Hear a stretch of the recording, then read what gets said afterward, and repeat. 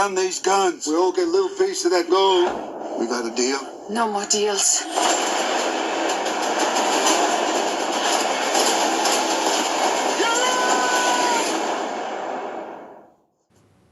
Hello everybody, welcome back to Screenstars. I'm here today to bring you my review for the 2021 action war film Hell Hath No Fury.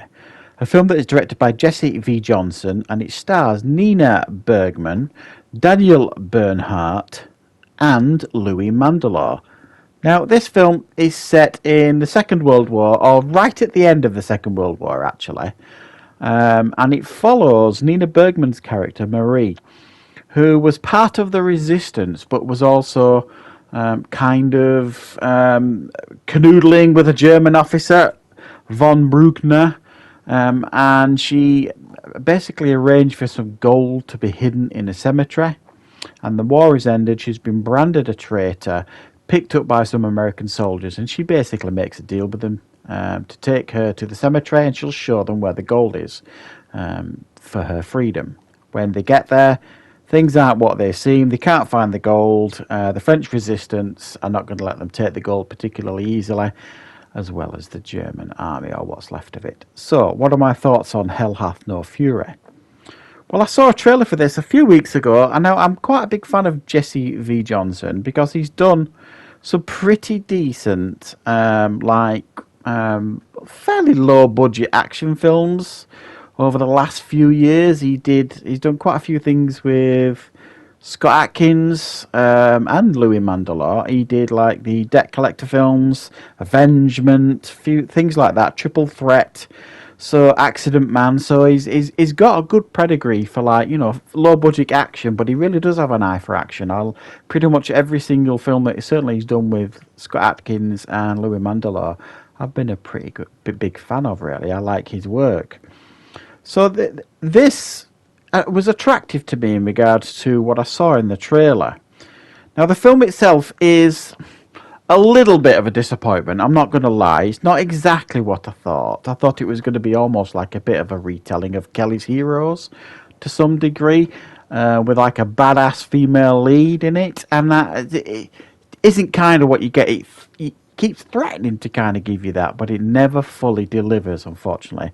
What we almost get is almost like a taut thriller here for much of the film. There's like this cat and mouse game between Louis Mandylor's character, the American officer, and his soldiers, with Nina Bergman's character Marie, where she's not forthcoming in giving up the gold, and there's all these threats going back and forth, and then the French resistance chip in, and they've got to kind of fight off the French resistance. So you kind of have these rounds of like discussions with the American soldiers in regards to trying to get the information that they need to find this gold. Then there'll be interjections of fights and machine gun fire with the French resistance and others and things like that. I always got the impression that she was kind of hiding something, which I suppose she is to a large degree, and some of the films explained is through flashbacks and things, like when she was working for the French resistance, and when she was cuddled up with this German officer as part of her role with the French resistance.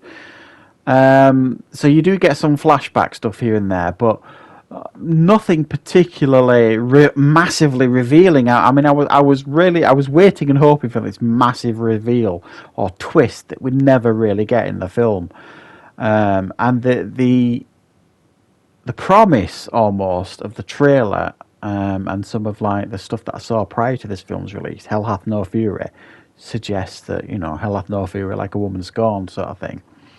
And she's not really the badass lead I was hoping for. Yes, she gets a moment to shine here and there, and she does kick a little bit of ass here and there.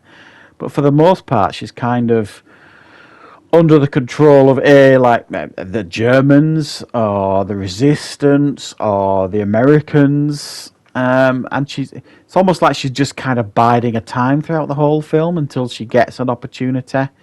And it's not through badassery or anything like that where she kind of shines through by the end. It's almost blind luck, it would seem. So while this film looks pretty impressive for the most part. It's shot very nicely.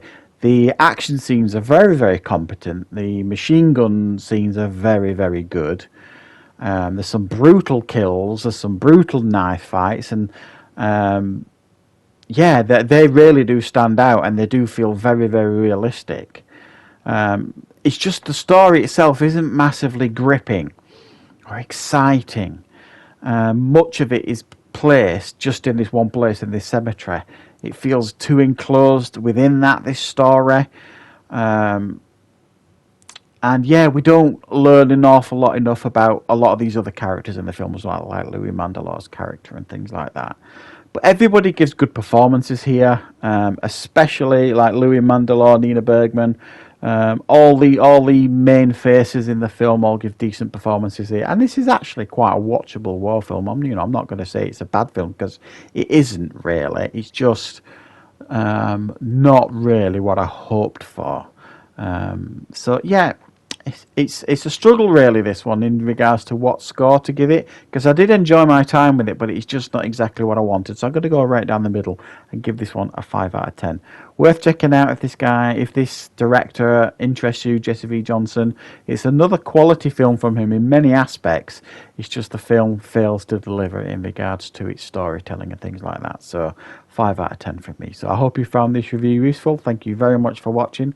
And of course I will be back with plenty more reviews and content on the channel very, very soon.